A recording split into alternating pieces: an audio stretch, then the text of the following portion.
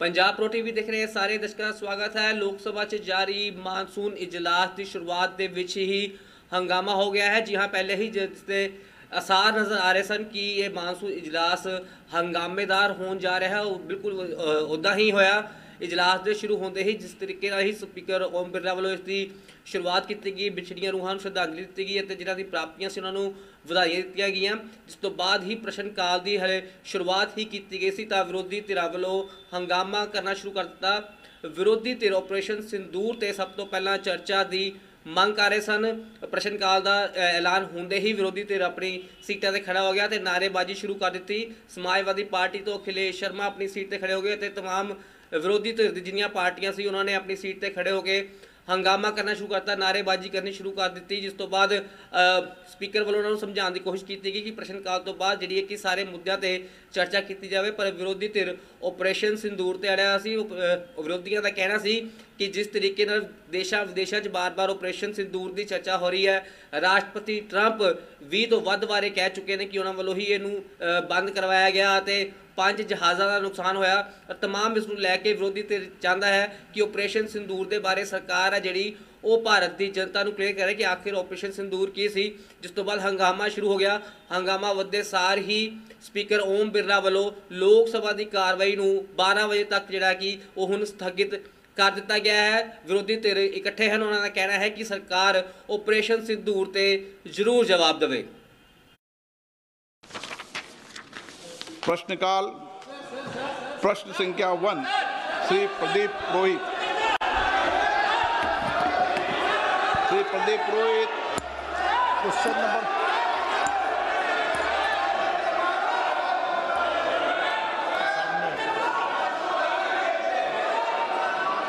Number one.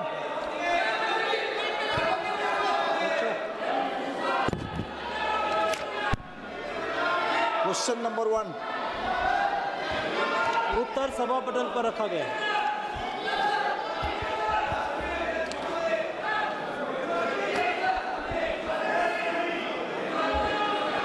मैं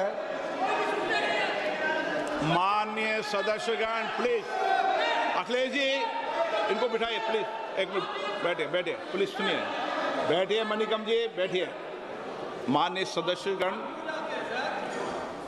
ये प्रश्नकाल है और मेरा आग्रह आपसे निवेदन है कि हमें संसदीय परंपराओं को उच्च कोटि बनाने का प्रयास करना चाहिए और प्लीज और ये मिथक तोड़ना चाहिए कि सदन के प्रथम दिन सदन के अंदर व्यवधान पैदा होगा। हमारे प्रयास होना चाहिए कि हम देश की जनता की भावनाओं के अनुरूप, उनकी इच्छाओं के अनुरूप यहाँ सदन में उनकी आकांक्षा रखें, उनकी भावनाओं को अभिव्यक्त करें और महत्वपूर्ण विषय जो देश में घटना घटी है उन पर व्यापक चर्चा और संवाद हो। इस मिथक को तोड़ना ही चाहिए। मेरा आग्रह आपसे, सदन को आप प्रश्नकाल के बाद प्रश्नकाल जो भी विषय होता है प्रश्नकाल के होते हैं आप नोटिस दीजिए। ये अखिलेश जी आप सभी सदस्यों तक तख्तिया लेके नहीं आए। नो,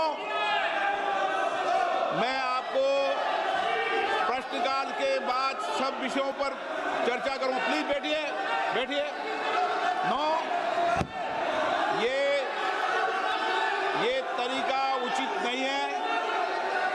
सदन के पहले दिन सदन चले, अच्छी चर्चा हो, व्यापक चर्चा हो। मैं सभी सदस्यों को पर्याप्त समय, पर्याप्त अवसर दूंगा। सदन नियमों प्रक्रियाओं से चलता है। प्रश्नकाल के बाद प्लीज बैठिए। नो, प्रदीप पुरोहित जी। मैं क्वेश्चन नंबर 1 पे जो माननीय मंत्री जी ने जो उत्तर दिए हैं, मैं उनको धन्यवाद देता हूं। व्यापक मात्रा में उनका उत्तर हमको भेजे हैं। मैं मोदी जी को भी धन्यवाद देना चाहता हूं, हमारा यशस्वी प्रधानमंत्री। इसलिए कि मोदी जी सबका साथ सबका विकास का जो नारा देके 2014 में देश चलाने की शुरुआत किए, कहीं भी कोई स्टेट में कोई भी सरकार हो, कोई भी गवर्नमेंट हो, उसका कोई मतलब मोदी जी नहीं रखते हैं। कोई भी 2014 से 2019 तक उड़ीसा में बिजू जनता दल का सरकार था, फिर भी केंद्र सरकार मोदी जी का सरकार पर्याप्त अर्थ उड़ीसा को दिया था। और इसी बारे में क्वेश्चन नंबर 1 के संदर्भ बारे में मैं ये माननीय मंत्री जी से पूरक प्रश्न ये पूछना चाहता हूँ। माननीय मंत्री जी, चूंकि सरकार खेलो इंडिया और राष्ट्रीय खेल विकास निधि NSDF जैसी मांग आधारित योजनाओं के माध्यम से राज्यों को प्रयासों को सफलतापूर्वक पूरा कर रही है, क्या मंत्री महोदय कृपया यहाँ बताने का कष्ट करेंगे कि इन योजना के अंतर्गत स्वीकृत खेल परियोजना की निगरानी और पारदर्शिता की सुनिश्चित करने के लिए मंत्रालय क्या कदम उठा रहे हैं, विशेषकर उड़ीसा राज्य के प्रसंग में? माननीय मंत्री जी,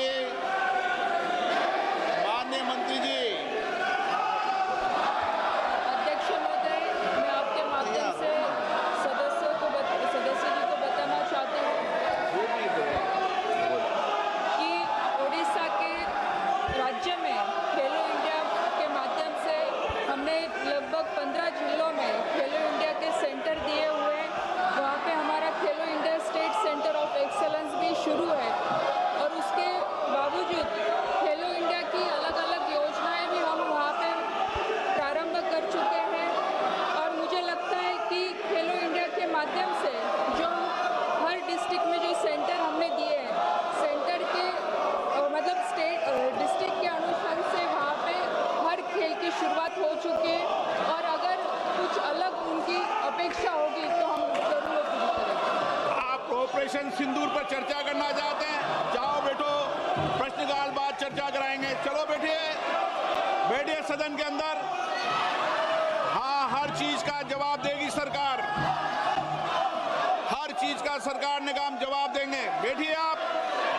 प्रश्नकाल के अंदर किसी को बोलने की इजाजत नहीं होती है। माननीय सदस्य प्लीज बैठिए। पूरक प्रश्न 2। माननीय मंत्री जी, आज ग्रामीण क्षेत्रों में खेल प्रतिभाओं की भागीदारी तेजी से बढ़ रही है और मिनी स्टेडियम इस दिशा में बहुत सहायक सिद्ध हो रही है।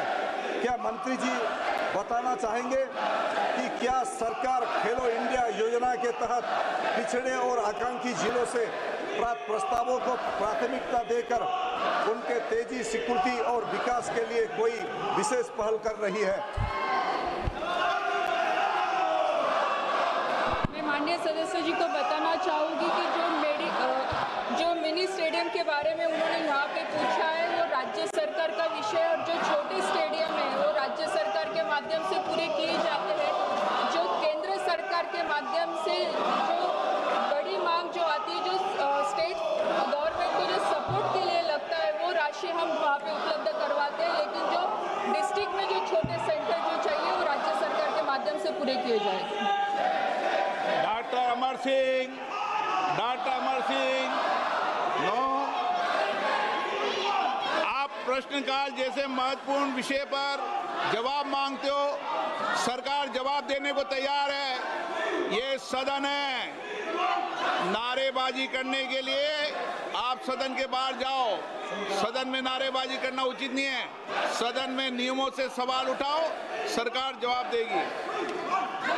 प्रश्न संख्या 3, विजय कुमार दुबे।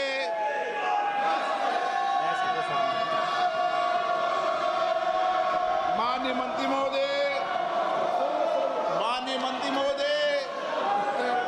दुबे जी है, पूछ लिया मंत्री जी।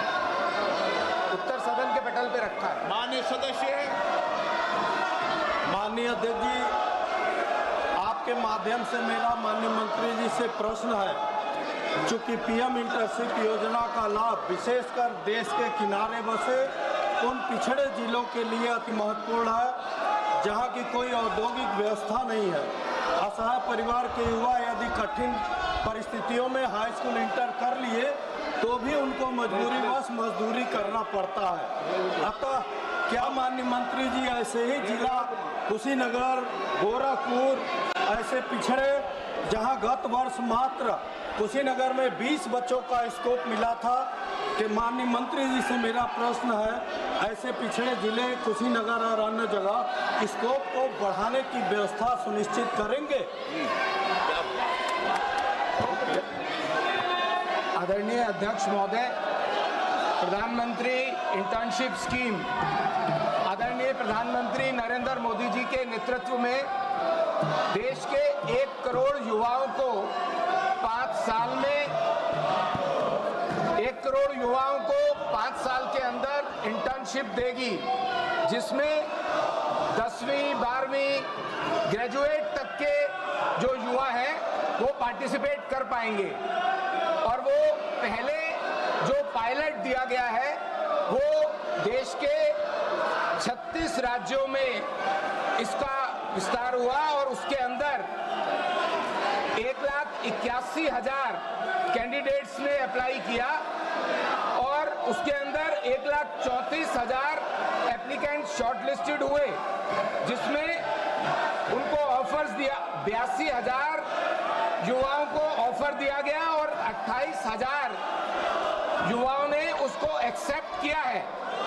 तो इसमें हर राज्य के लगभग हर जिले के अंदर इसमें पार्टिसिपेंट्स हैं और उन्होंने इसमें भाग लिया है, उनको मौका दिया गया है। गोरखपुर में भी